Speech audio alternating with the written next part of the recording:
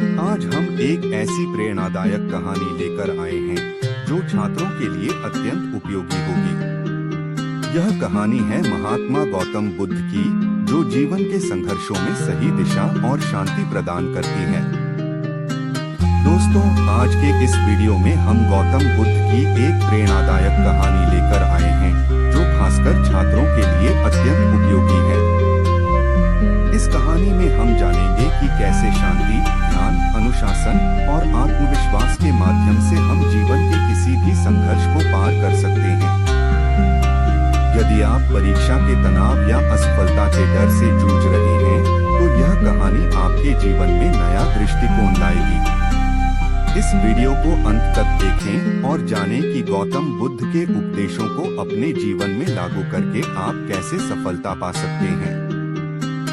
अगर आपको यह वीडियो पसंद आए तो इसे लाइक करें, शेयर करें और हमारे चैनल को सब्सक्राइब करना न भूलें। धन्यवाद। तो चलिए शुरू करते हैं इस प्रेरणादायक यात्रा को। प्राचीन समय की बात है, गौतम बुद्ध अपने शिष्यों के साथ एक छोटे से गांव में पहुंचे। बुद्ध ने प्रवचन देने के बाद सभी को उनके सवालों के जवाब दिए। उस गांव में एक छात्र था जिसका नाम अर्जुन था।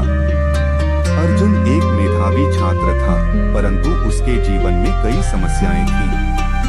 परीक्षा का तनाव, परिवार की अपेक्षाएं और अपने भविष्य को लेकर चिंता उसे हमेशा परेशान करती थी।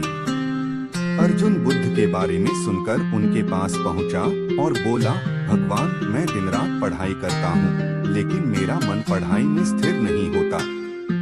हमेशा असफलता का डर मुझे घेर लेता है। कृपया मुझे इस समस्या का समाधान बताएं। बुद्ध ने अर्जुन की बात सुनी और कहा, अर्जुन, क्या तुम जानते हो कि मन अशांत क्यों होता है?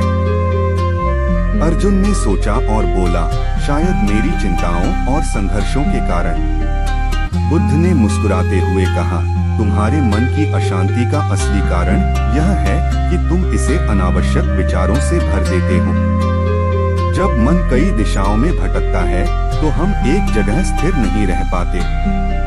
जैसे एक तालाब का पानी अगर हिलता रहे तो उसमें अपनी परछाई स्पष्ट नहीं दिखती, वैसे ही अगर मन अशांत हो तो जीवन के लक्ष्य साफ नहीं होते।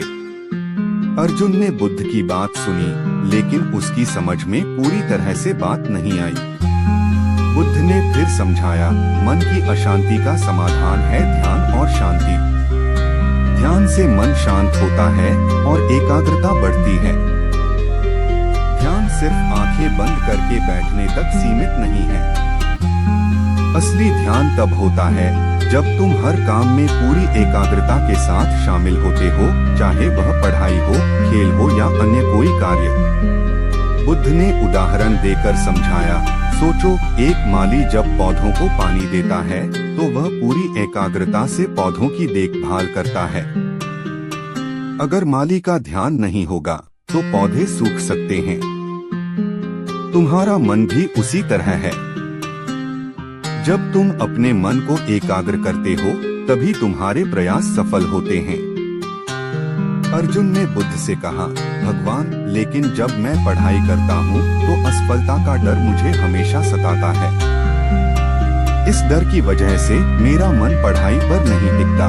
बुद्ध ने उत्तर दिया, अर्जुन, असफलता का डर तब पैदा होता है जब हम परिणाम की चिंता करते हैं। तुम्हें यह समझना होगा कि तुम्हारा कर्तव्य केवल प्रयास करना है, न कि परिणाम पर ध्यान केंद्रित करना।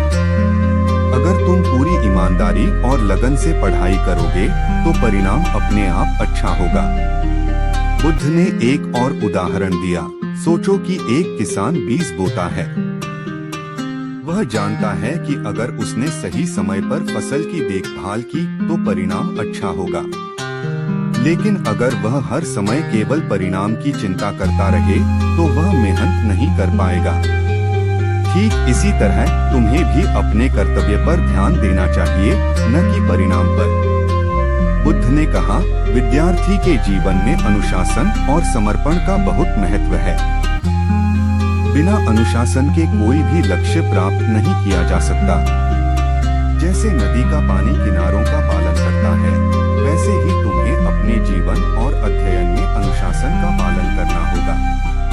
अगर तुम रोज एक निश्चित समय पर पढ़ाई, ध्यान और विश्राम करोगे तो तुम्हारा मन भी उस अनुशासन का पालन करेगा।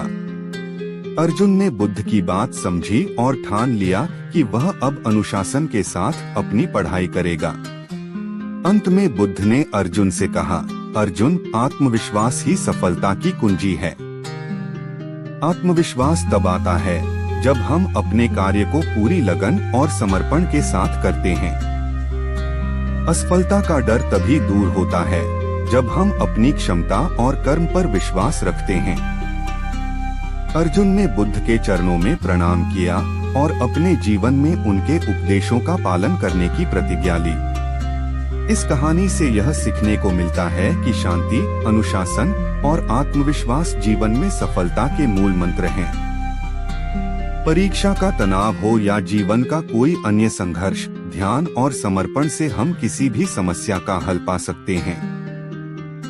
गौतम बुद्ध के ये उपदेश न केवल छात्रों के लिए बल्कि हर व्यक्ति के लिए हैं, जो जीवन में शांति और सफलता चाहता है। धन्यवाद।